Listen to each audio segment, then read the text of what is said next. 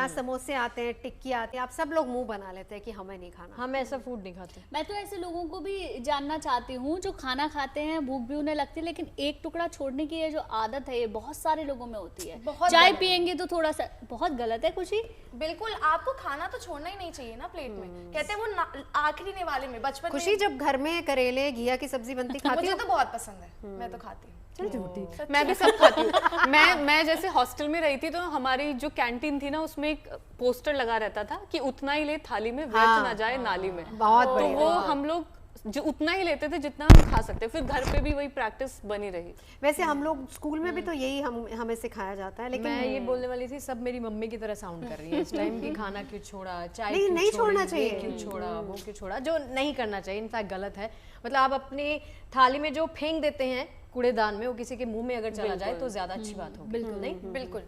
तो देखिए बहुत सारे जरूरतमंद हैं जिनको खाना नहीं मिलता है, भरपेट खाना वो नहीं खा पाते हैं, लेकिन ऐसे ही लोगों के लिए बहुत जरूरी है कि हम कुछ कर पाए। और एक और चीज जो हम खबर भी बताने जा रहे हैं कि अगर खाना आपने छोड़ा तो आप पे पेनल्टी लगेगी। तो लगा दिया ना, लगी लगा ये दी ना। पुणे पेनल्टी के सब पे लगनी चाहिए कि अगर आपने खाना छोड़ा तो आपको एक्स्ट्रा पैसा देना पड़ेगा। फिर पुणे के रेस्टोरेंट ने लगाई है 20 रुपए की पेनल्टी, लेकिन क्या हुआ उसके बाद रिएक्शन वो देखते हैं।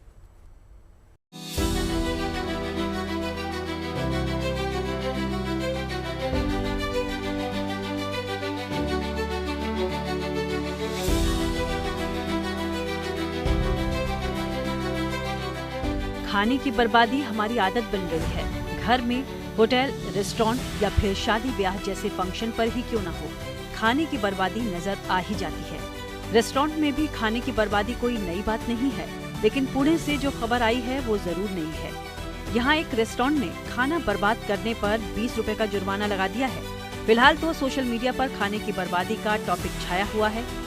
पुणे के रेस्टोरेंट के इस नियम की तारीफ भी हो रही है और कुछ लोग उसे बेवजह का नियम बता रहे हैं। वैसे खाने की बर्बादी को लेकर चिंता कोई नई नहीं है। इससे पहले भी खाने की बर्बादी को रोकने की तमाम कोशिशें हुई हैं। दरअसल खाने की बर्बादी पूरी दुनिया की ही समस्या है। संयुक्त राष्ट्र की एक रिपोर्ट बताती है कि भारत में हर एक साल में एक व्यक्ति 55 किलो खाना बर्बाद करता है। इस हिसाब से हम भारतीय पूरे साल में 92,000 करोड़ रुपए का खाना बर्बाद करते हैं। ऐसी तमाम संस्थाएं हैं जो खाने की बर्बादी को रोकने की मुहिम चला रही हैं। खाने का एक दाना भी कूड़े में ना जाए, ये हमारे संस्कार भी हैं और संस्कृति का हिस्सा भी। लेकिन नई लाइफस्टाइल में हम अन्न की कद्र करना शायद भूल गए हैं। संयुक्त राष्ट्र का 2021 में आया फूड वेस्ट इंडेक्स बताता है कि अन्न की कुल बर्बादी में घरों की हिस्सेदारी 60% है। मतलब सबसे ज्यादा खाना तो हमारे घरों में ही बर्बाद होता है।